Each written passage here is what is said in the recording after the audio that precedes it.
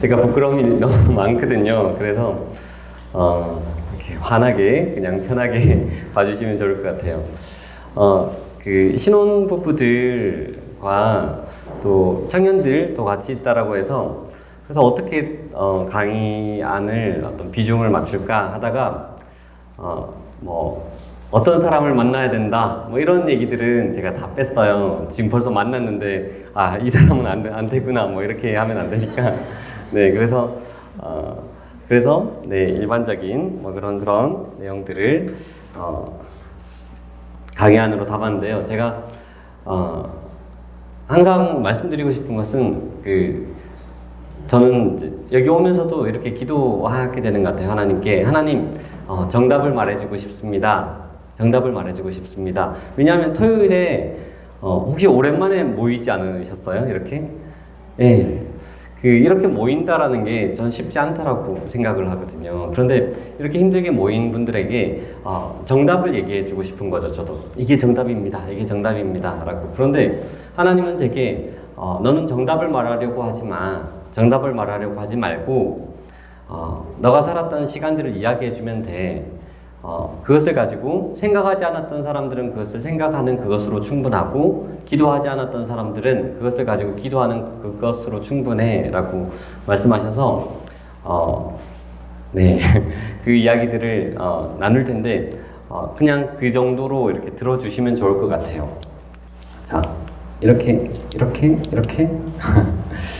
제가 결혼에 대한 어떤 뭐 이야기들을 구체적으로 나누기 전에 몇 가지 전제들을 나눌 거예요. 전제들을 나누는데 한 10분에서 길어봤자 한 15분 정도긴 한데 제가 이렇게 미리 말씀드려야 아니 결혼 세미나를 왔는데 뭐 엄한 이야기를 하고 있어 라고 생각하실 수 있으니까 제가 그 전제가 되는 이야기를 잠깐 이야기하려고 합니다.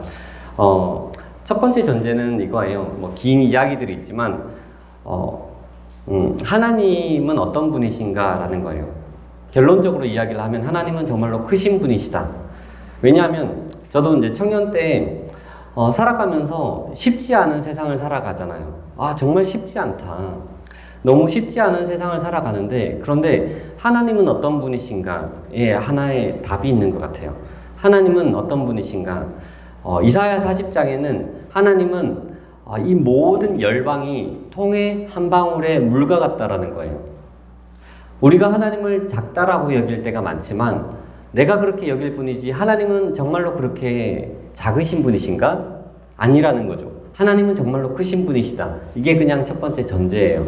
하나님은 내가 생각하는 것과 비교할 수 없을 만큼 하나님은 크신 분이시다. 그리고 두 번째 제가 이야기 드리고 싶은 것은요. 하나님이 정말로 그렇게 크신 분이시라면 그 하나님을 내 일상 속에서 만나고 싶습니다가 제 질문이었어요. 기도 제목이기도 했었고 왜냐하면은 저도 청년부 생활을 했었고요. 임원 생활도 했었고 그러면서 제 동료들도 있었겠죠. 이렇게 찬양을 하면 손을 들기도 하고 눈물을 흘리기도 하고 우리 하나님이 이렇게 일하셨어 간증을 하기도 하고 그런데 시간이 지나서 직장을 들어가고요. 시간이 지나서 결혼하고 나면은 이렇게 하나같이 이렇게 얘기를 하는 거예요. 하나님이 교회에서 일하실지 모르겠지만 그 하나님이 내 일상 속에서는 일하시지 않아. 내가 직장에 들어갔더니 그 하나님은 세상에서는 일하시지 않아. 내가 결혼을 했더니 그 하나님이 내 가정에서는 일하시지 않아. 라고 얘기를 하는 거예요. 교회에서 하나님을 우리가 만날 수 있을지 모르겠지만 수많은 시간을 보내야 하는 내 일상 속에서 하나님을 만나지 못한다라고 한다면 그 하나님은 내게 너무나 무능력하신 분이 되시고 내게 무관심하신 분이 되시잖아요. 그죠? 그렇기 때문에 하나님, 내가 내 일상 속에서 하나님을 만날 수 없겠습니까? 이게 제 기도 제목이었어요. 그런데 하나님이 만날 수 있다라는 거예요. 만날 수 있다.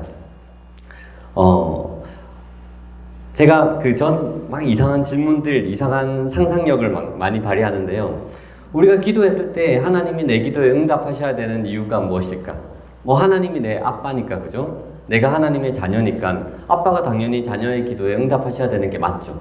그런데 그게 아니라면, 하나님이 내 아빠가 아니라면 그래도 내 기도에 응답하셔야 되는 이유가 무엇일까? 이런 것들을 찾는 거예요. 그런데 성경은 약속이라고 이야기를 하죠. 성경은 약속인데 약속이라는 말은 무언가를 지킨다, 이룬다라는 말을 전제하는 말인 거죠.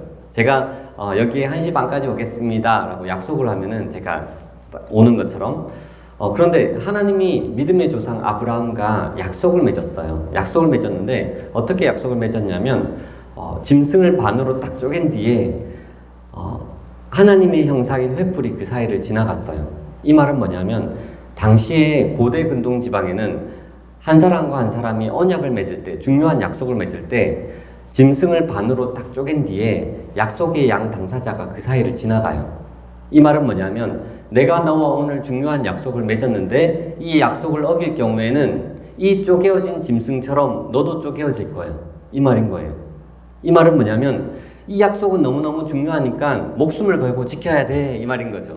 그런데 하나님이 아브라함과 약속을 맺으시면서 언약을 맺으시면서 당시 고대 근동 지방에 있는 그 언약 체결식을 그대로 가져와서는 짐승을 반으로 쪼갠 뒤에 아브라함이 그 사이를 지나간 것이 아니라 하나님이 그 사이를 지나갔다라는 말이에요. 이 말은 뭐냐면 내가 너와 맺은 약속은 내가 반드시 이룰 거야, 이 말인 거예요.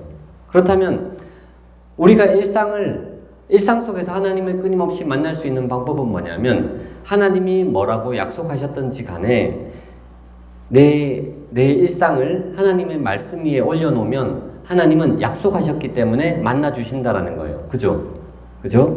그런데 그까지는 알겠는데 그게 너무 먼 이야기 같지 않으세요?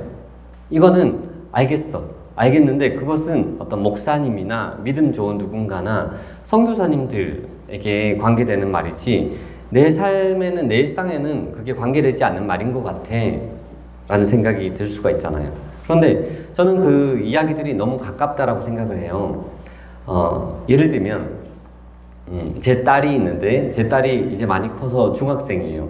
그런데 아들도 있어요. 딸이 있다고 그래서 딱 놀라셔서 아들도 있어요. 뭐 이렇게 죄송합니다. 그 딸이 초등학교 때 옆에 있던 짝꿍이 우리 딸 온유가 아끼던 팔찌가 있었어요. 외국에서 선물 받은 팔찌가 있었는데 그 팔찌를 이렇게 두두둑 끊어 먹었어요. 그리고 귀에다 대고 너 죽여버리고 싶다 뭐 이런 말들을 했었어요. 요즘 초등학생이 무서워요.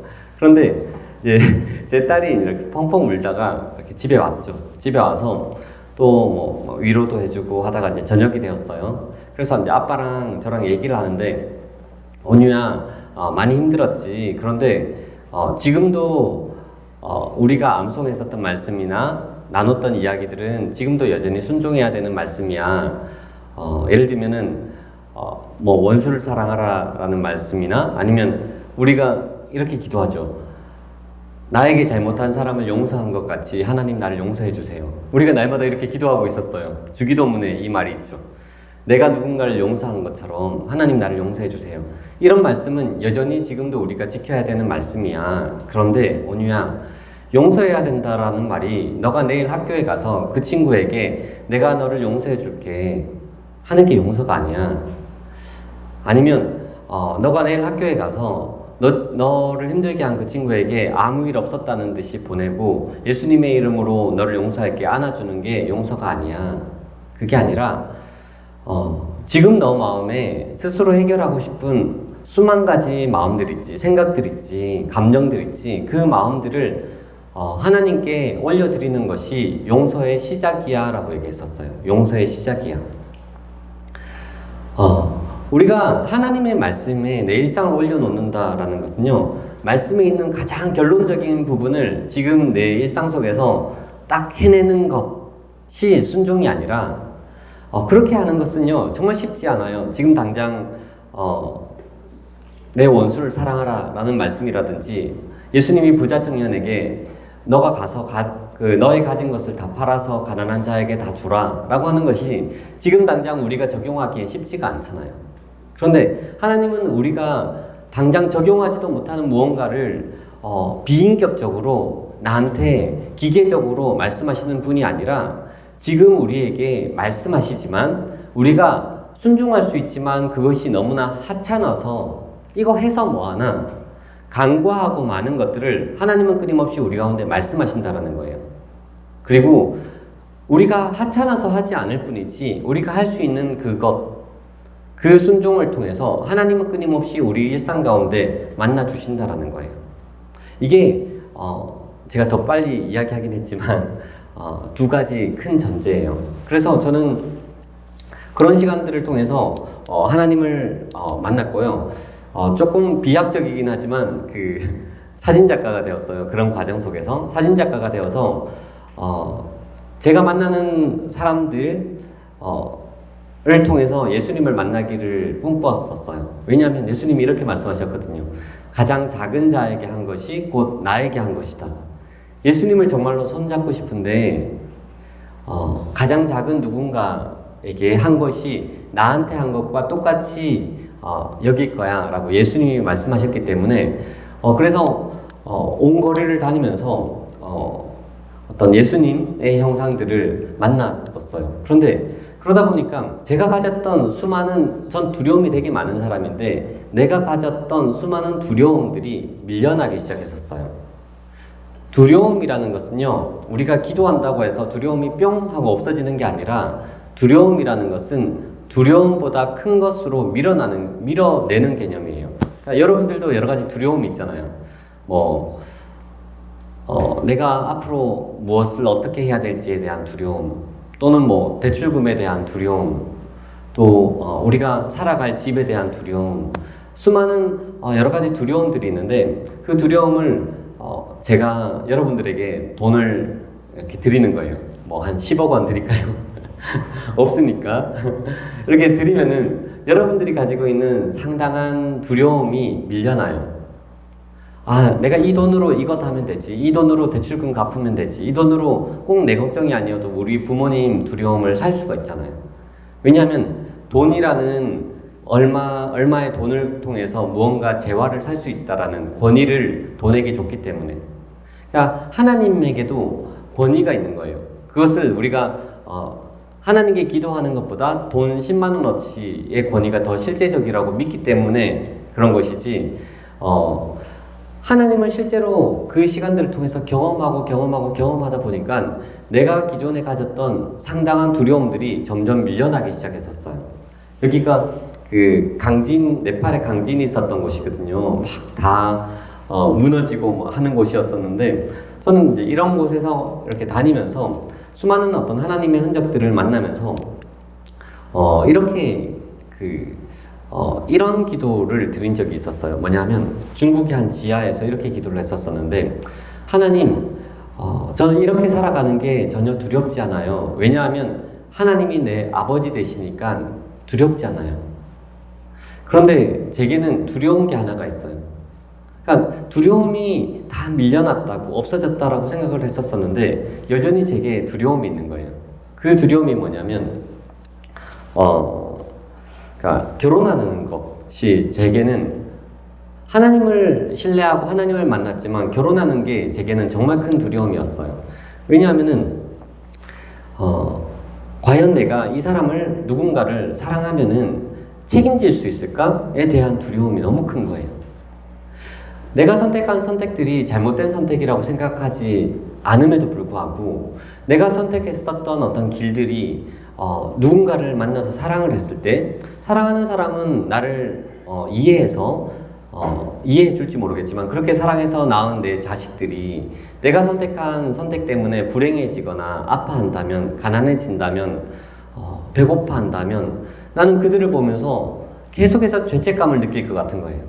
내가 선택한 선택이 잘못된 선택이 아닌가? 난 잘못 걸어온 게 아닌가?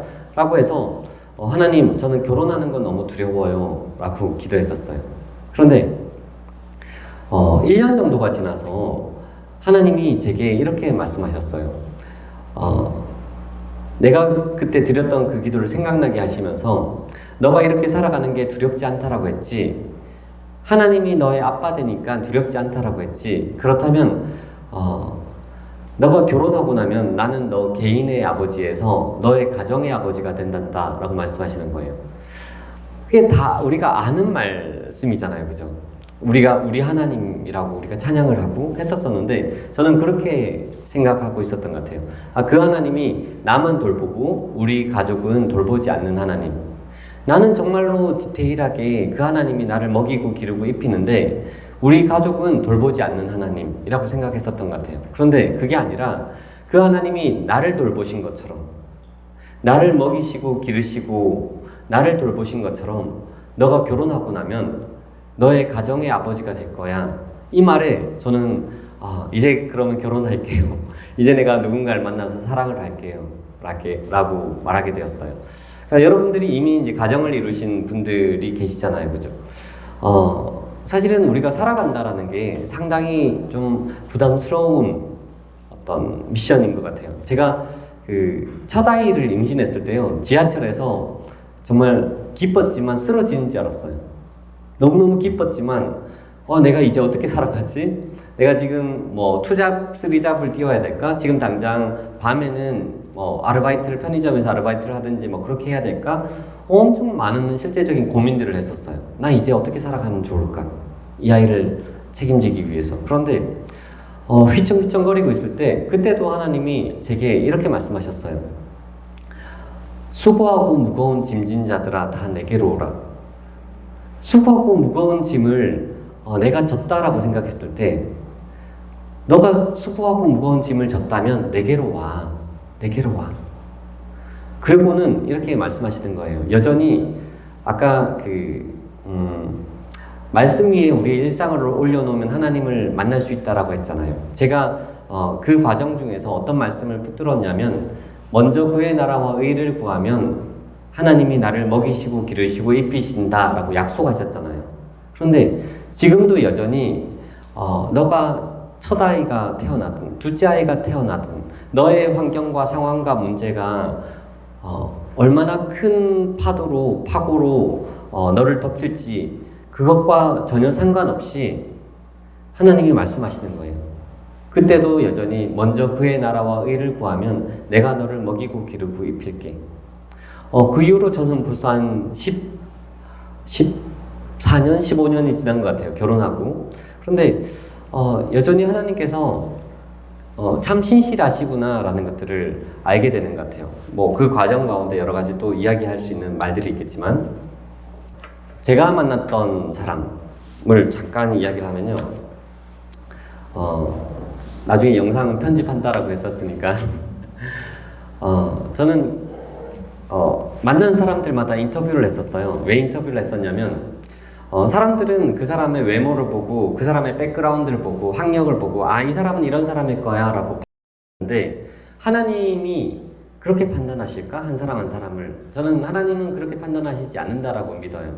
그래서 하나님의 시선으로 사람들을 만나가면서 인터뷰를 했었어요. 사람들은 이 사람을 어떻게 볼지 모르지만 이 사람에겐 이런 귀한 보석이 있어요 라는 것들을 보여주고 싶었거든요. 그래서 인터뷰를 하는데 그렇게 인터뷰하다가 만났던 한 친구, 원래 알고 있었던 후배였지만 인터뷰를 했었는데, 제 아내를 인터뷰를 했었는데, 짧게 이야기를 하면 제 아내는 시각장애인 목사님의 셋째 딸로 태어났어요. 그래서 가난했었던 집안에서 자랐지만 사랑이 되게 많아서 셋째 딸로 얼마나 예쁨 받았겠어요. 그래서 아빠가 머리도 깨물기도 하고요. 너무 귀엽고 예쁘다고. 그래서 머리카락에 침도 묻히기도 하고. 수학여행 갔다가 이렇게 돌멩이 기념품을 사가지고 왔는데, 아빠 사랑해요 이런 것들을 새겨서 돌멩이를 사가지고 왔는데, 이런 싸구려를 사오냐고 그러기도 했었고. 그런데 이 아이가 고등학교 때 아빠가 교통사고로 돌아가셨어요. 아빠의 시체를 수습하기 위해서 급히 아빠 돌아가신 곳에 갔었었는데, 아빠의 재킷에는 돌아가실 때 입었었던 자켓에는 아빠 사랑해요 이 돌멩이가 품에 보석처럼 보물처럼 있었다라고 해요. 어찌됐건 아빠가 떠나가고 딸은 쉽지 않은 시간들을 보냈겠죠. 그죠? 그래서 골목에서 찹쌀떡대다가 팔기도 하고요. 전단 붙이는 아르바이트를 하기도 하고, 빵 공장에서 빵 모자 쓰고 일을 하다가 손을 다치기도 하고, 그런 이야기들을 이제 인터뷰를 하면서 이야기를 들려주는데, 제가 어떤 생각이 들었냐면, 참 깊이 있는 아이겠구나 라는 생각이 들었어요. 참 깊이 있는 아이겠구나.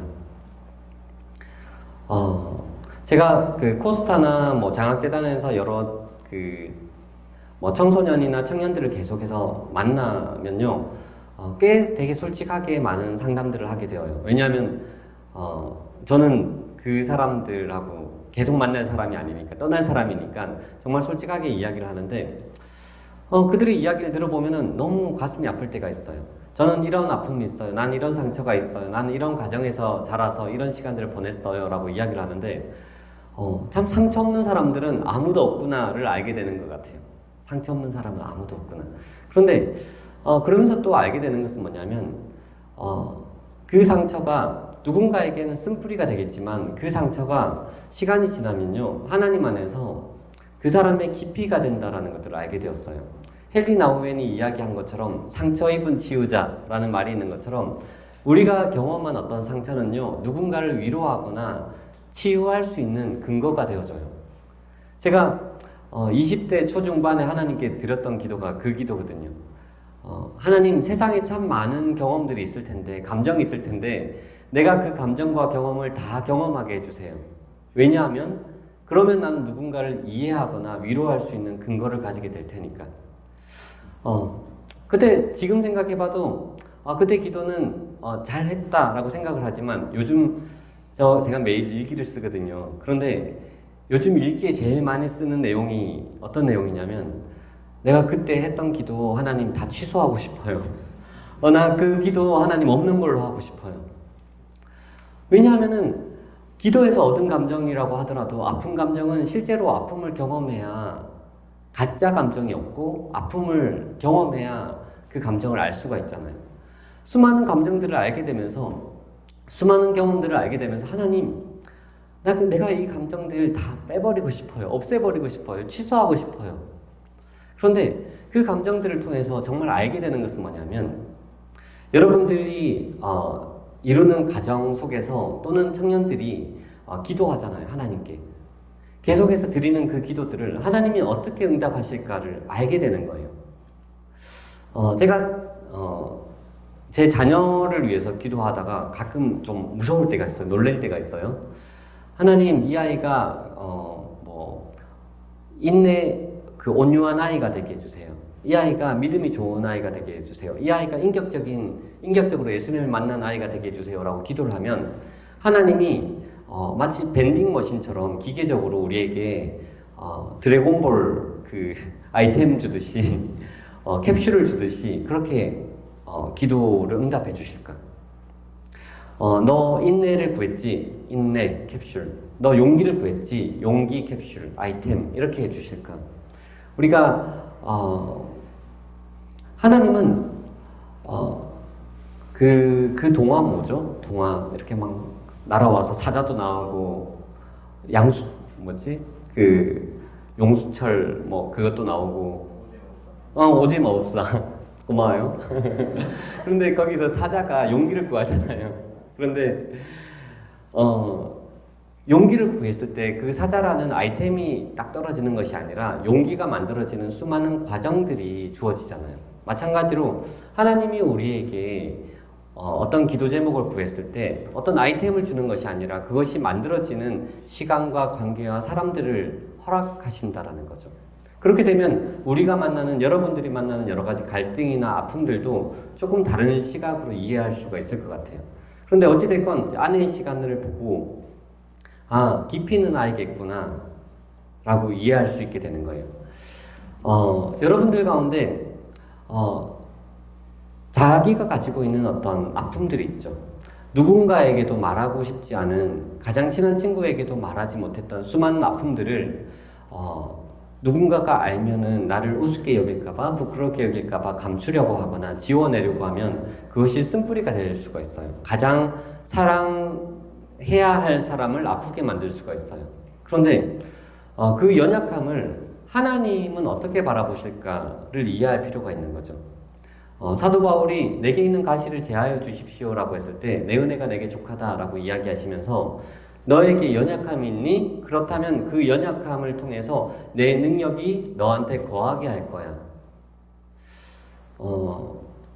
로마서에서는 이렇게 얘기를 하죠. 환난은 인내를 낳고, 인내는 다른 말로 바꾸면 영적인 스태미너거든요. 영적인 체력.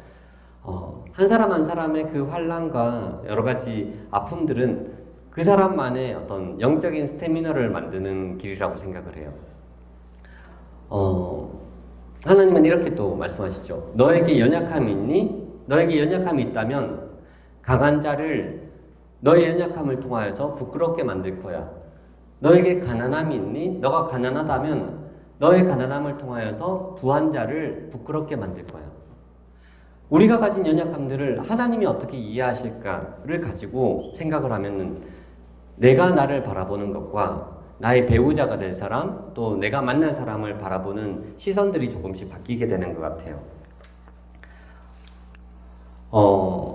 제가 어떤 사람을 만나야 되나 뭐 이런 얘기를 하지 않는다라고 했잖아요. 지금은 얘기를 하면은 안 되기 때문에. 그런데 그 중에 한 이야기만 가지고 왔는데, 아내가 제가 여자친구죠. 아내랑 이렇게 사귀다가 2007년도에 아프리카에 한 달 정도 떠나게 되었는데, 떠나기 바로 전날에 아내에게서 문자가 왔어요. 우리 그만 만나자 라고 문자가 왔는데, 오늘 이별에 대해서도 다루지 않을 거예요. 그런데 이별은 너무너무 중요해요. 왜냐하면 우리가 만나는 게 되게 인격적이어야 되잖아요. 그죠? 정말 사랑하는 사람과의 만남이 중요하다면 그 사랑하는 사람과의 인격적인 이별까지도 너무 중요하다라는 거죠. 어찌됐건 문자로는 이별을 통보하지 말 것을. 자, 그래서 이제 아내가 살고 있는 곳에 막 달려갔죠. 왜 그러냐라고 했었었는데, 아내가 제게 이야기한 것은, 여자친구가 이야기한 것은, 오빠가 나 말고 더 좋은 사람을 만났으면 좋겠어. 나는 오빠에게 아무 도움도 못 되는 것 같아. 이런 말인 거예요. 뭐냐면 오빠는 사진작가인데 오빠가 디자이너를 만나면 그 오빠의 사진과 디자인이 콜라보를 해서 여러 결과물을 낼 수가 있을 것 같아. 뭐 이런 얘기들인 거예요. 그래서 제가 뭐라고 이야기를 했냐면 그래, 너는 나한테 아무 도움도 못 돼.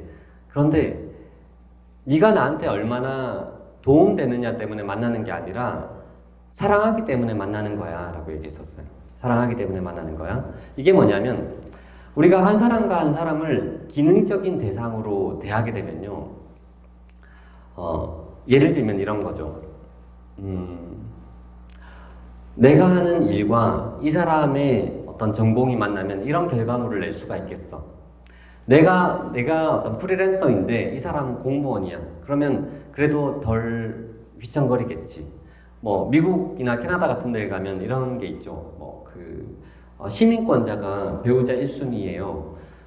내가 이 사람과 결혼을 하면 불법 체류자 신분을 면할 수 있겠지. 여기에 찬양 인도자가 있나요? 찬양 인도자 오빠든 뭐 언니든 누나든 저 사람과 결혼하면 내 평생에 아침마다 찬양 세레나데를 불러주겠지. 그죠? 이 사람이 어떤 주크박스도 아니고, 그죠? 동전 넣으면 노래 나오는 것도 아니고, 이 사람의 존재라는 게 있는 거죠. 그런데 하나의 어떤 기능을 나의 필요로 쓰게 되면 그게 기능적인 이유가 되는 거예요. 조금 더 노골적으로 얘기를 하면 이 사람에게는 5억 원이 있어요. 그러면 내가 이 사람과 결혼하면은 그래도 이 정도의 안정적인 시작을 할 수가 있겠지 라고 하는데, 실제로 사랑을 하고 실제로 선물도 주고받고 데이트도 하고 하죠. 그런데 결혼을 할 그때쯤에 누군가가 이렇게 다가와서는 내가 예전부터 너를 바라보고 있었어. 좋아하고 있었어. 나에게는 100억 원이 있어. 라고 얘기를 하는 거예요. 그러면은 5억 원을 가진 사람은 아무 의미가 없어지는 거예요. 그리고 100억 원을 가진 사람을 만나는 거죠. 100억 원을 가진 사람과 또 사랑을 하고 데이트를 하고 하다가 또 어디선가 내가 너를 너무너무 좋아하고 있었어. 이러면서 난 1000억 원이 있어. 라고 얘기를 하는 거예요. 그러면 100억 원을 가진 사람이 루저가 되는 거예요. 그런데 이게 되게 단순한 것 같지만 실제로 우리는 그렇게 될 때가 있어요. 이게 결혼하기 전만의 문제가 아니에요. 결혼하고 난 뒤에도 내가 이 사람을 기능적인 대상으로만 대하고 나면은, 예를 들어서 이 사람, 내가 누구를 얘기하면 안 될 것 같아서 자, 이 사람이 1000억 원이 있어서 이 사람과 결혼하면 난 안정적인 뭔가를 가질 수 있겠지, 행복을 얻을 수 있겠지. 그런데 이 사람의 1000억 원은 언제 날아갈지 몰라요. 마이너스 1000억 원이 됐어. 그러면 이 사람은 이 사람과 만나는 이유는 없어지는 거예요. 분명히 알죠. 어떤 기능적인 것과 이 사람의 어떤 존재가 딱 나눠지진 않아요. 예를 들면은 웃는 모습에 눈웃음이 있다. 그러면은 눈웃음만이 아니라 이 사람이 평소에 많이 웃는 사람이구나 라는 것들이 있는 것처럼 공부를 열심히 해서 어디에 들어갔다라고 하면 이 사람의 성실함과도 연결되고 다 딱 나눠지는 것은 아니지만 이 사람의 존재라는 게 있는데 기능적인 것만을 내가 취하게 되면은 그게 없어지고 나면은 이 사람의 존재는 나한테 필요가 없어지게 되는 거예요. 그게 너무너무 슬퍼진다는 거죠.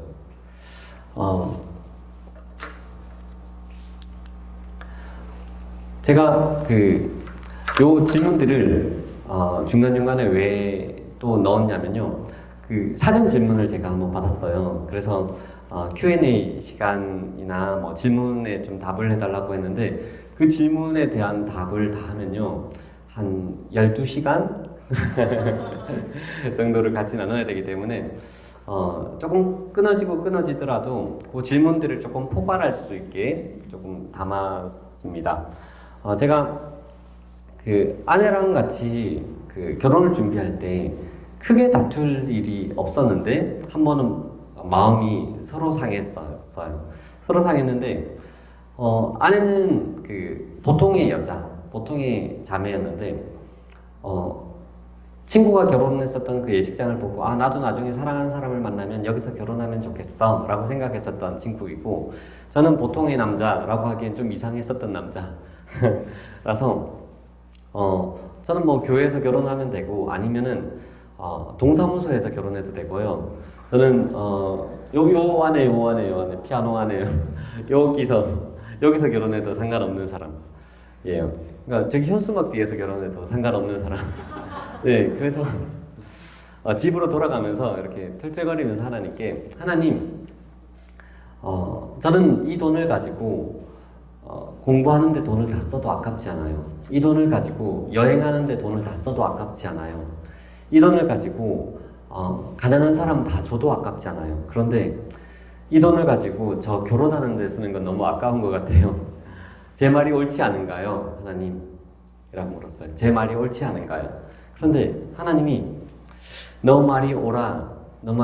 그런데 그것을 내가 기뻐하는 것은 아니야. 라고 말씀하시는 거예요. 너 말이 옳아. 그런데 그것을 내가 기뻐하는 것은 아니야. 우리가 살아가면서 누군가와 이렇게 다툴 때 내 말이 옳기 때문에 자꾸만 다투잖아요. 그죠? 끊임없이 가족과도 그렇게 다투고 사랑하는 어떤 친구들과도 내 말이 옳기 때문에 교회와 교회가, 사회가 그렇게 다투는 거죠. 내 말이 옳기 때문에 막 다투다가 막 이야기하다 보면 내가 틀렸네 싶을 때가 있죠. 이건 내가 틀렸구나 싶을 때 이렇게 표현하죠. 그래, 너 말이 맞다고 쳐. 그런데 아무리 생각해도 내 말이 맞아. 그러면 우리는 물러서지 않죠. 내가 옳기 때문에. 내 말이 옳기 때문에 끝까지 가는 거죠. 그런데 내 말이 옳다면 그것을 하나님이 기뻐하셔야 되잖아요. 그죠? 그런데 너 말이 옳아. 그런데 그것을 내가 기뻐하는 것은 아니야. 그러면서 하나님이 너는 무엇을 결정하건 간에 무엇을 선택하건 간에 아버지의 마음을 구해야 돼. 아버지의 마음, 하나님 아버지의 마음을 구해야 돼. 결국은 이제 기도하고 하나님 아버지의 마음을 구했고 하나님 아버지의 마음을 구했을 때 아내의 아버지, 그러니까 돌아가신 장인어른의 마음이 한번 되어보라는 마음이 있어서 아빠의 시선으로 딸의 시간들을 이렇게 본 거예요. 사랑했었던 내 딸이 있었고 그 딸이 나 없이 이렇게 잘 커주었죠. 비록 쉽지 않은 시간들이었지만 그 10여 년의 시간들이 지나서 이제 그 딸이 사랑하는 사람을 만나서 가정을 이루는 거예요. 만일에 아빠라면은 그동안 연락하지 못했던 가족들과 친구들과 친지들 다 모아서 내 딸이 나 없이 이렇게 잘 커주었습니다. 이제 사랑하는 사람을 만나서 행복한 결혼식을 합니다. 라는 마음이지 않았을까? 저처럼 이 돈을 여기 쓰면 더 유리하고 여기 쓰면 더 유리하고 그것을 따져 묻는 대신에 아버지라면 그것을 생각하지 않았을까? 그래서 정말 펑펑 울었었어요. 펑펑 울면서 하나님, 내가 이제 무엇을 선택하건 간에 무엇을 결정하건 간에 아버지의 마음을 구하겠습니다. 아버지의 마음을 구하겠습니다. 나중에 그 돌아가셔서 성경을 이렇게 사사기 뒷부분을 읽으시면요, 동족 상잔에 정말 슬픈 이야기들이 나와요. 막 잔혹한 이야기들이 나오죠. 그런데 그 이야기에 대해서 성경은 어떻게 평가를 하느냐면 각자 소견에 옳은 대로 행하였더라 라고 이야기를 해요. 각자 소견에 옳은 대로 행하였더라. 내가 옳은 것을 선택을 하면 그것이 옳아 보이지만 제 일기장, 또 일기장이 나왔는데 일기장에 가끔 쓴 문장이 이런 문장들이 있어요. 오늘을 보면은 오늘을 생각을 하면 내가 옳은 것 같습니다. 그런데 지난 시간들을 돌아보면 항상 하나님이 옳았습니다. 라고 적었어요.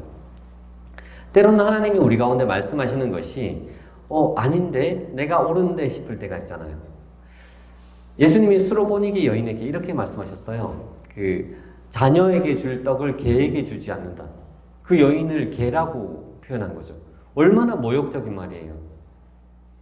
그런데 그 여인이 뭐라고 이야기를 했느냐면 옳습니다마는 이라고 얘기했었어요. 때로는 내가 옳은 것 같고 하나님이 틀린 것 같은 모든 순간 속에서 하나님, 이 순간에도 하나님이 옳습니다. 하나님이 옳습니다.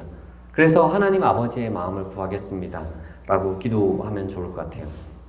사람들이 시간이 지나서 돌아보면 제가 하는 일들이 되게 많다라고 결과적으로 이야기를 하지만 저는 매번 하나님, 내가 할 수 있는 게 무엇이 있을까요? 라고 물었을 때 하나님이 내게 작은 씨앗 하나를 주셨거든요.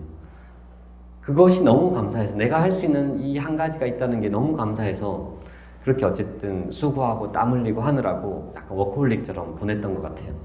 그런데 결혼하고 나니까 앞서 제가 말씀드렸지만 말씀 위에 우리의 일상을 올려놓아야 된다고 했잖아요. 그런데 남자친구일 때는, 여자친구일 때는 하나님이 말씀하지 않았는데 결혼하고 나니까 이렇게 말씀하시는 거예요. 그리스도가 교회를 사랑한 것 같이 남편은 아내를 사랑하라 라고 명령하신 거예요. 그리스도가 교회를 사랑한 것 같이 남편은 아내를 사랑하라. 우리가 연애를 할 때는 상호호혜적으로 사랑을 해요. 내가 40%를 사랑하면 60%를 사랑받고 70%를 사랑하면 30% 사랑받고 사랑을 주고받는 사랑인 거죠. 그런데 결혼하고 난 뒤에는 그게 바뀌어요. 어떻게 바뀌냐면 그리스도가 교회를 어떻게 사랑했는지,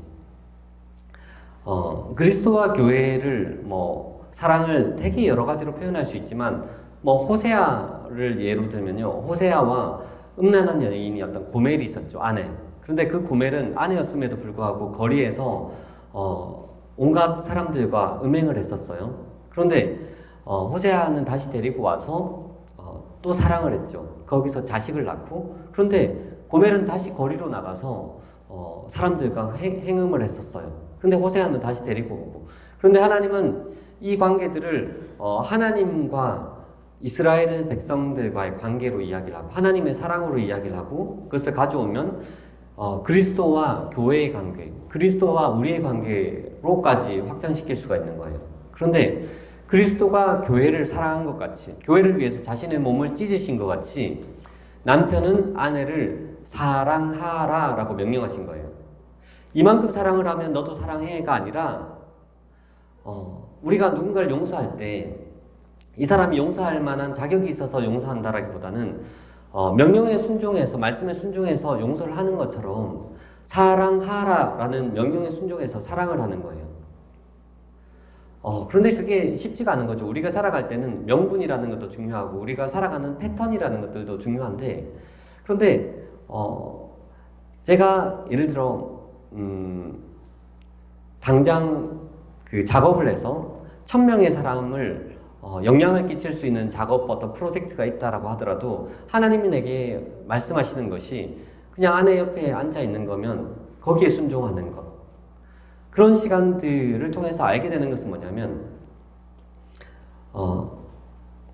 예수님이 이 땅에 오셨을 때 해결해야 될 수많은 문제들이 있었음에도 불구하고 뭐 독립의 문제, 노예의 문제, 아이의 문제, 여자의 문제, 수많은 모든 문제를 다 해결한 것이 아니라 하나님이 원하시는 단 한 가지를 온전하게 순종하신 것처럼 저는 각 가정마다 다 다르다라고 생각을 해요. 그런데 하나님이 내게 말씀하시는 그 한 가지를 순종하는 게 성공이라는 거예요. 지금 여기 모인 계신 분들에게 지금 예를 들어 명분이 있어서 팔레스타인이 아니라 중동에 선교사로 나가서 깃대를 꽂아라 뭐 이렇게 하면은 사람들이 와서 막 항아리 기도를 하고요. 막 기도를 해주고 중보 기도를 해주고 내가 갔다 올게 뭐 이렇게 될 수가 있죠. 그런데 새벽에 어제 늦게까지 야근을 했는데 잠이 막 오는데 가서 기저귀 갈거나 편의점 가서 휴지 하나 사오는 건요 쉽지가 않아요. 왜냐하면 명분이 없거든요.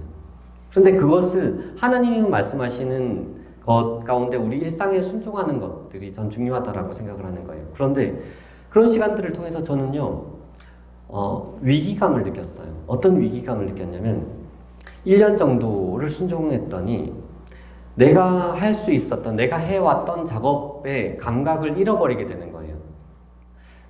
마치 표현하자면 피아니스트가 일주일을 연습하지 않으면 자기가 알고 한 달을 연습하지 않으면 가족이 알고 뭐 2달을 연습하지 않으면 관객이 안다라는 말처럼 저는 제가 해오던 일들이 있잖아요. 제가 해오던 일들로 이제 가족을 책임지고 살리고 해야 되는데 내가 가졌던 여러 감각들을 점점 잃어버리는 게 느껴지는 거예요. 그런데 1년 정도가 되었을 때 정말 그 감각이 0이 되었어요.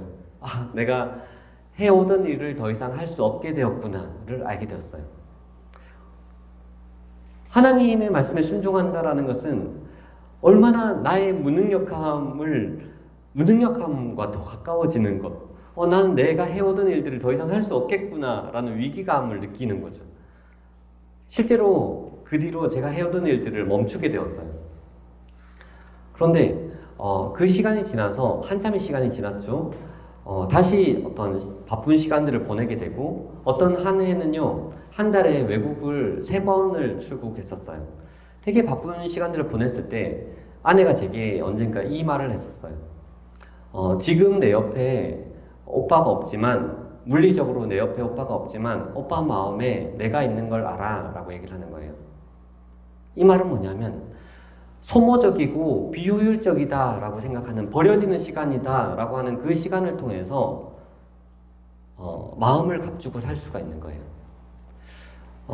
신혼부부이기 때문에 더 이렇게 이야기할 수 있는 것은 뭐냐면 효율을 따라 살아가는 시대잖아요. 얼마 전에 제가 육아 관련해서 강의를 했는데 그 주제가 사실은 효율의 시대였었어요. 얼마나 효율을 따지는 시대, 가성비를 따지는 시대예요. 사이트 하나도 소개해 드릴 수 있는데 막 이래. 아내가 뭐 샀다고 되게 기뻐하면서 저한테 보여줬었는데 근데 어찌됐건 근데 효율을 따라서 살아가는 시대에 우린 이렇게 얘기를 하는 거죠. 너는 천천히 따라올 수 있을 때 따라와. 내가 먼저 앞에 가 있을게. 내가 먼저 앞에 가 있을 테니까 너는 천천히 따라와. 그런데 우리는 언젠가 이 사람이 빨리 따라오게 되면은 만나게 될 거라고 막연하게 생각을 하지만 이 거리는 결코 좁아지지 않아요. 더 벌어지면 벌어지지. 우리가 멈춰서 있으면 내 주변에 있는 수많은 사람들이 나를 지나쳐서 막 달려갈 것 같아서 너무너무 불안한 마음에 내가 먼저 달려가 있을게. 넌 천천히 따라와 라고 하는데 이 간격들은 좀처럼 좁혀지지 않아요. 되게 느리게 가는 것 같지만 같이 보폭을 맞춰서 천천히 걸어가면요. 우리의 인생은 단거리 경주가 아니잖아요. 그죠? 그렇기 때문에 함께 더 멀리 걸어갈 수가 있게 되는 거예요. 요거 잠깐 나눌게요. 제 딸 아들인데요. 조금 더 어렸을 때인데 우리 온유는 딸은 색연필을 골고루 쓰는 편이에요. 그래서 색연필을 동시에 다 닳게 만드는 편인데 소명이는 색연필 하나를 끝장내는 편이에요. 막 하나를 끝장내는 편인데 자기 색연필을 끝장내면 되는데 하필이면 누나 색연필을 끝장내버린 거예요. 그래서 온유가 펑펑 울었어요. 펑펑 울면서 내가 얼마나 아끼던 건데, 내가 얼마나 아끼던 건데, 그러면서 1시간을 울었어요, 방에서. 방에서 1시간을 울다가 나온 온유에게 제 아내가 뭐라고 얘기를 했느냐면, 우리 온유 착하네, 1시간 동안 방에서 기도하다 나왔구나 라고 얘기했었어요. 1시간 동안 울다 나온 애한테 1시간 동안 기도하다 나왔구나 라는 말 때문에 이 아이는 1시간 동안 기도하다 나온 애가 되는 거예요. 그래서 동생에게 찾아가서 서로 막 사과를 하고요, 서로 뭐 잘못했다는 편지 쓰고요, 아빠 엄마 막 따라다니면서 회개할 거 없느냐고 우리가 대신 기도해 줄 테니까 회개할 거 없느냐고 막 따라다니면서 그랬었어요. 우리가 상대방한테 어떤 말을 하느냐에 따라서 저는 그 사람들이 만들어진다라고 생각을 하거든요. 그 한 사람에게 우리가 돈 좀 벌어와 라고 이야기를 하면요, 이 말 때문에 돈을 더 많이 벌어올 수 있는 사람이라면 진작에 돈을 더 많이 벌어왔겠죠. 그런데 이 말을 듣고 할 수 있는 것은 아무것도 할 수 없이 자신의 무능력함을 체감해야 되는 말인 거예요. 그러면 도리어 뭔가를 하려고 하는 사람도 멈추게 만들 수 있는 말인 거죠. 예를 들면 넌 왜 이렇게 속이 좁아? 그러면은 그때부터는 그 사람은 속이 좁은 사람이 되는 거죠. 야, 또 삐졌냐? 그러면은 그 사람 또 삐진 사람. 너무 크게 웃으시면요, 표시가 나가기 때문에 혼자서 웃으세요. 자, 이런 말도 자주 하죠. 데이트할 때도 그렇고 결혼해서도 넌 왜 항상 자기만 생각해? 이 말 자주 하시죠. 넌 자기만 생각해. 이 말이 이렇게 품고 있는 속뜻은 뭐예요? 너만 생각하지 말고 나도 좀 생각해줘, 이 말인 거죠. 너만 생각하지 말고 나도 좀 생각해줘. 그런데 우리가 이 말을 하면은 어떤 생각이 들까요? 제가 캐나다 코스타에 갔다가 캐나다에 10년 전에 원래 알고 있었는데, 한국에서 알고 있었는데 이민 갔던 한 부부를 만났어요.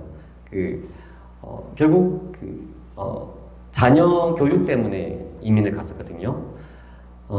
이민자 1세대가 정말 힘들어요. 그 친구가 런던에 살고 있었는데, 집이 캐나다의 런던에서 살고 있었는데 토론토가 회사가 있었어요. 그런데 2시간 이상을 편도로 2시간 이상을 운전해서 가서 직장 생활을 하고 또 2시간 이상 걸려서 오는데, 캐나다는 이제 눈이 내리고 하면 막 난리가 나잖아요. 그래서 차 안에서 잠을 자야 되기도 하고, 차 안에 이불을 놓고 이민자니까 어떻게 할 수가 없는 거예요. 그래서 차 안에서 자기도 하고 너무 힘겹게 출퇴근도 하고 하다가 차가 반파가 됐어요. 차가 완전히 박살이 나서 사고가 났는데 다행히 목숨이 위태롭진 않았고, 근데 제가 캐나다에 갔을 때 그 일을 회상하면서 저한테 이렇게 얘기를 하는 거예요. 뭐냐면 그때 참 미안했었어요. 가족에게. 나는 다치면 안 되는 사람인데.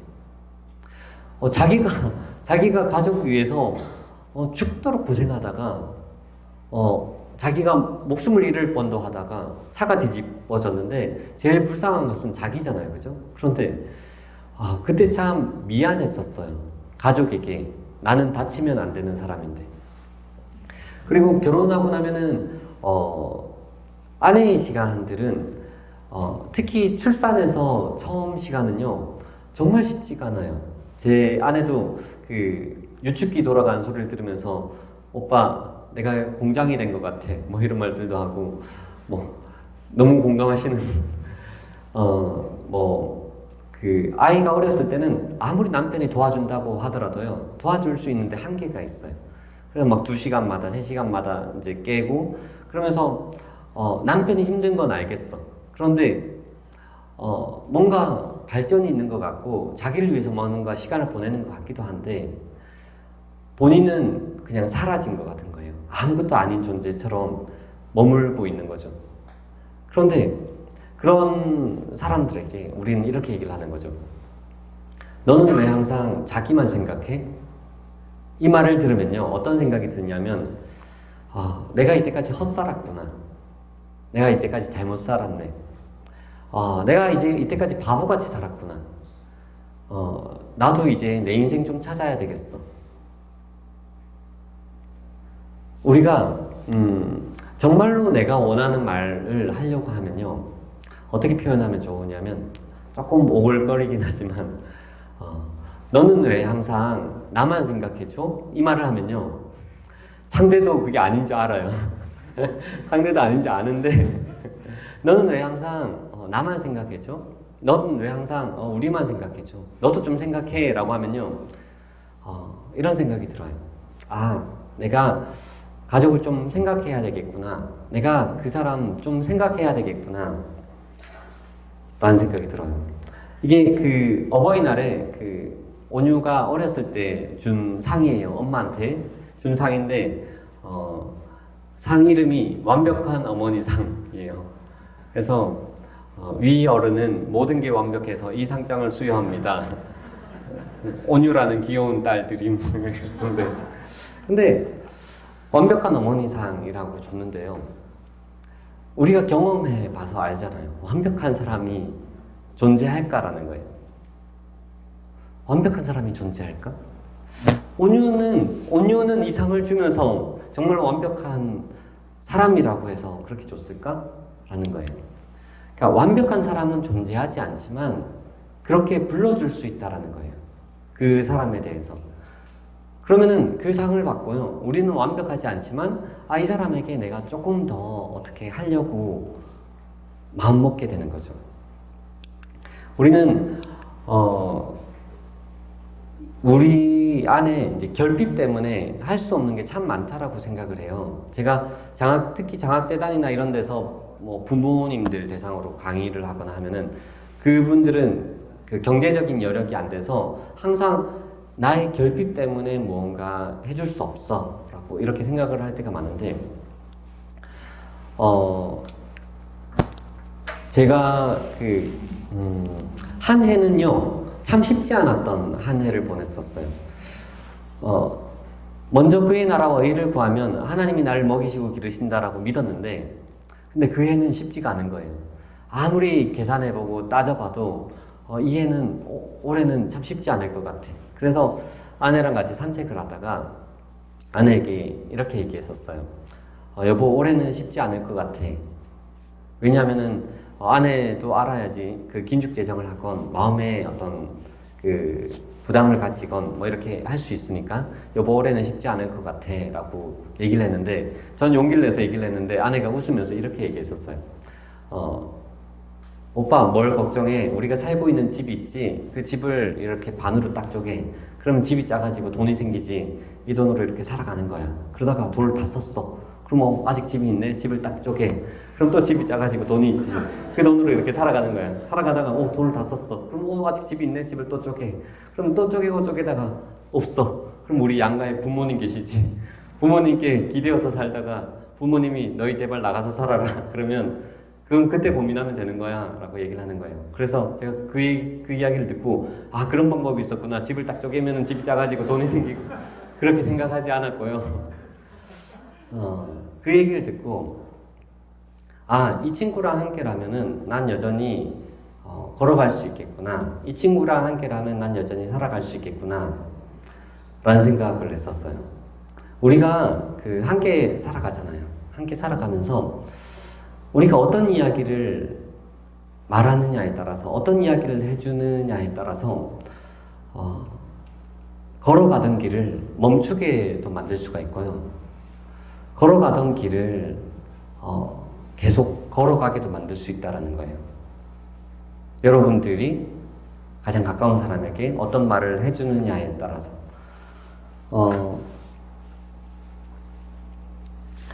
자, 시간이 많이 지났는데 하나만 더 할게요. 자, 이 그림 사진 보이시죠? 네. 우리 온유가 되게 아끼던 인형이었어요. 우리 온유가 되게 아끼던 인형이었는데, 다른 장난감들도 되게 많았는데 이 인형에게만 이름을 지어줬어요. 아이라고 이름을 지어줬는데, 온유가 너무너무 아끼던 인형이라서 우리 부부도 이 인형을 특별하게 됐어요.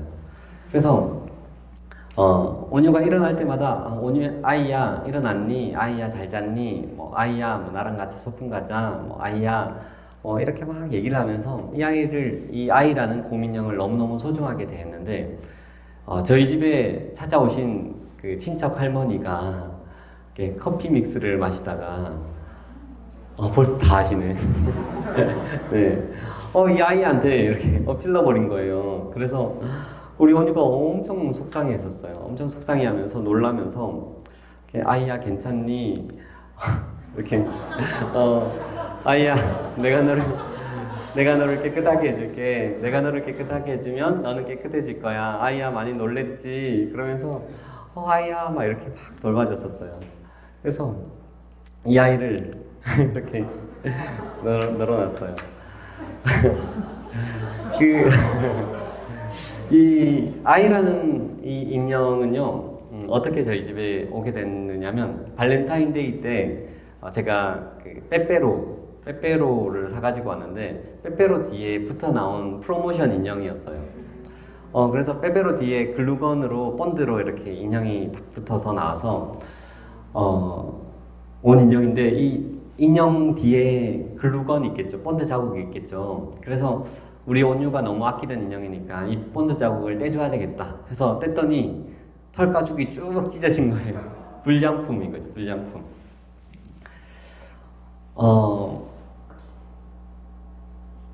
제가 이 인형의 입장에서 생각을 해보면요. 이 인형은 자기는 곰인형으로 태어나지 않았어요. 곰인형으로 태어난 게 아니라 초콜릿 팔아먹기 위해서 태어난 인형, 프로모션으로 태어나기 위한 인형인 거죠. 그리고 커피에 자기의 몸이 다 얼룩졌어요. 그리고 털 가죽은 다 찢어져서 엉망진창이 된 거죠. 곰인형 자기를 봤을 때 어떻게 느꼈을까라는 거예요. 그런데 제가 이 인형을 볼 때마다 그리고 이 인형을 씻겨줬을 때 온유가 했던 말이 생각날 때마다 눈물이 나요. 되게 많은 눈물이 나는데 내가 너를 깨끗하게 해줄게. 내가 너를 깨끗하게 해주면 너는 깨끗해질 거야 라고 이야기를 하는 거예요. 제가 신혼부부가 있고 또 우리 그 청년들이 따로따로 있어서 내용을 크게 나누진 않았지만 사실 청년들 할 때 크게 좀 다뤘던 지웠지만 다뤘던 내용 중에 하나가 스킨십에 대한 부분도 있어요. 스킨십이 죄가 아니다. 여기까지다. 그것을 여기서 지금 다 다룰 수는 없지만 제가 많은 메시지를 받겠죠. DM이나 이런 메일을 연락을 받으면 그 많은 어떤 아픔에 결과적으로 영향을 준 80% 이상이 스킨십에 대한 그 성적인 문제에 대한 결과이기도 하고 또 결혼해서도 꼭 이 문제가 아니어도 수많은 저는 다른 문제가 있다라고 생각을 해요. 각각의 말하지 못하는 외부적으로. 그런데 제가 하나님께 물었던 되게 많은 기도 제목이 있는데 그 중에 하나가 이 제목이에요. 하나님, 내가 그린 그림이 너무 부끄러울 때가 많습니다. 내가 그린 그림이 너무너무 부끄러워서 지워내는 거 말고 수정앱으로 그 점들을 지워내는 거 말고 새로 그릴 수 없겠습니까? 내 인생의 그림이 너무너무 부끄러운데 그 내 인생의 그림을 새로운 캔버스에 새로 그릴 수 없겠습니까? 그게 제 기도 제목 중에 하나였었어요. 마치 우리가 수능 시험을 잘못 치면은 고3으로 되돌아갈 수 있었으면 마치 이런 것처럼 내 인생의 그림을 좀 새로 그릴 수 없겠습니까? 그런데 예수님이 그릴 수 있다라는 거예요. 그릴 수 있다라고. 제가 아침에 일어나서 제일 먼저 드리는 기도 중에 하나가 예수님의 보혈로 나를 덮어주세요. 예수님의 보혈로 우리 가족을 덮어주세요. 거든요. 예수님의 보혈로 나를 덮을 때 너는 새로운 캔버스에 새로운 그림을 그릴 수가 있어 라고 말씀하시는 거예요. 성경의 정말 많은 부분에서 그것들을 이야기를 하고 있죠. 그런데 실제로 우리가 그것을 아는 것과 믿는 것은 조금 다른 것 같아요. 여러분들이 지워내고 싶은 새로 시작하고 싶은 시작점이 저는 되었으면 좋겠다라는 생각을 해요. 여기 양팔 저울이 있어요. 양팔 저울이 있는데 여러분들이 올리고 싶은 수많은 것들을 이렇게 올려보세요. 양팔 저울 한쪽에 이렇게 올려보세요. 그런데 제가 아는 이제 한 친구는 이렇게 얘기했었어요. 저는 건드리지 마세요. 저는 건드리지 마세요. 저는 제가 진학하지 못하는 학교에 진학하게 해주면 너한테 내 영혼을 팔게. 사단하고 계약을 맺은 거예요. 내가 진학하지 못하는 이 학교에 진학만 하게 해주면 내 영혼을 팔게. 그런데 진학하게 되었어요. 그래서 밤마다 사단이 마귀가 내 책상 위에 올라앉아서는 이렇게 얘기를 하는 거예요. 너 알지? 너 알지? 넌 내 거야. 넌 내 거인 거 알지? 이렇게 얘기를 하는 거예요. 근데 그게 다 맞다고 쳐요. 그게 다 맞다고 치더라도 그 모든 것들을 한쪽에 올린다라고 하더라도 그 나머지 저울에 예수님의 피 한 방울을 떨어뜨리면 예수님께로 기운다라는 거예요. 우리가 하나님을 작다라고 여길 뿐이지 하나님이 하신 일을 작다라고 여길 뿐이지 정말로 하나님이 작으신 분이신가라는 거예요. 우리가 앞서 가장 처음에 읽었던 말씀처럼 하나님은 좋으신 분이시죠. 하나님은 크신 분이시죠. 하나님은 찬양받기 합당하신 분이시죠. 그런데 내게 하나님이 정말로 그렇게 크신 분이신가? 내가 믿고 싶은 하나님이 아니라 내가 느끼는 하나님이 아니라 하나님이 정말로 어떤 분이신가?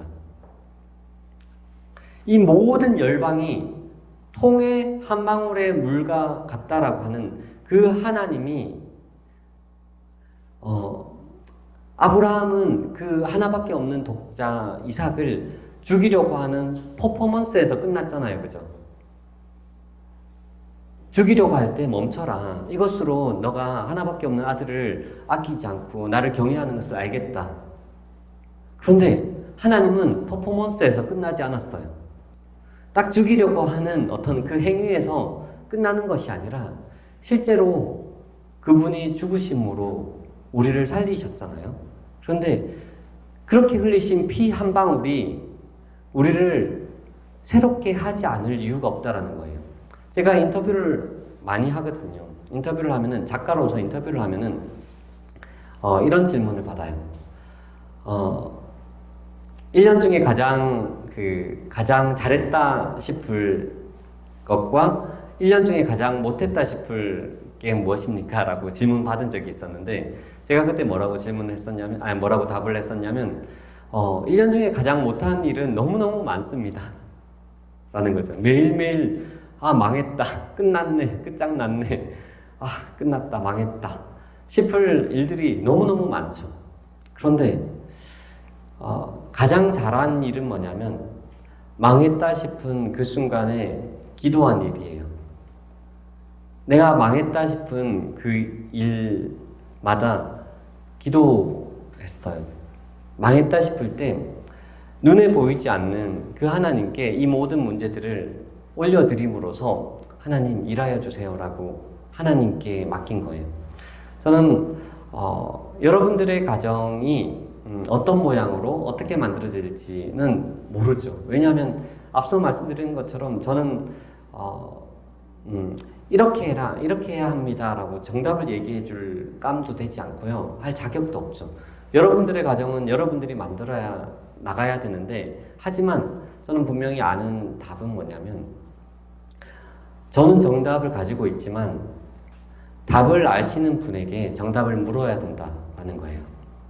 우리가 날마다 하나님께 묻잖아요. 하나님, 내가 어떻게 걸어가야 할까요? 어떻게 가야 할까요? 그런데 답은요, 출제자한테 묻는 게 가장 정확한 것 같아요. 그래서 하나님, 우리의 인생 가운데 답을 가르쳐 주세요. 우리 가정 가운데 답을 가르쳐 주세요. 답을 가르쳐 주세요. 제가 이 중간중간에 뛰어넘은 내용 중에 이런 내용이 있어요. 갈등은 당연한 것입니다. 갈등은 당연한 것입니다. 마치 지금 여러분들 옆에 있는 사람들과 가장 사랑해서 우리가 만났다라고 하지만 갈등이 생길 수가 있는데 하지만 그럼에도 불구하고 갈등은 당연한 것입니다라고 품는 순간 또 다른 답들을 하나님 앞에 알게 되는 것 같아요. 제가 기도하고 그 다음에 질문 한두 개 조금 더 나누고 마치면 될 것 같아요. 제가 우선 기도하겠습니다. 하나님 아버지 감사드립니다. 이 시간 가운데 주님 우리 가운데 찾아와 주셔서 우리 인생 가운데 리셋하고 싶은 것들을 말씀하여 주십시오. 하나님, 문제는 영원할 거다라고 사단은 우리 귓가에, 우리 마음에 속삭일 때가 많습니다. 하나님, 이 문제는 영원할 거다라고, 이 사람은 영원할 거다라고, 이 사람의 문제는 영원할 거다라고 이야기할 때가 많지만 문제가 영원할 거다라고 믿는 대신 문제는 영원하지 않으며 영원하신 분은 오직 하나님이시다라는 것을 선포하게 하여 주시옵소서. 하나님, 우리 마음 가운데 어두움이 있습니다. 우리 마음 가운데 두려움이 있습니다. 그런데 이 어두움과 이 두려움을, 문제를 내 힘으로 해결할 수 없음을 고백합니다. 하지만 작은 빛 하나에 어두움이 밀려나는 것처럼 빛이 있으라 하신 그 주님께서 그리스도의 얼굴에 나타난 하나님의 영광에 아는 빛을 너희 마음 가운데 비추었다라고 하신 그 말씀이 이 시간 우리들 마음 가운데 온전히 이루어 주셔서 우리의 가정과 아버지, 우리의 내면들이 예수님이라는 꺼지지 않는 그 빛으로 말미암아 빛 비추게 하여 주시옵소서. 감사드립니다. 예수님의 이름으로 기도드립니다. 아멘.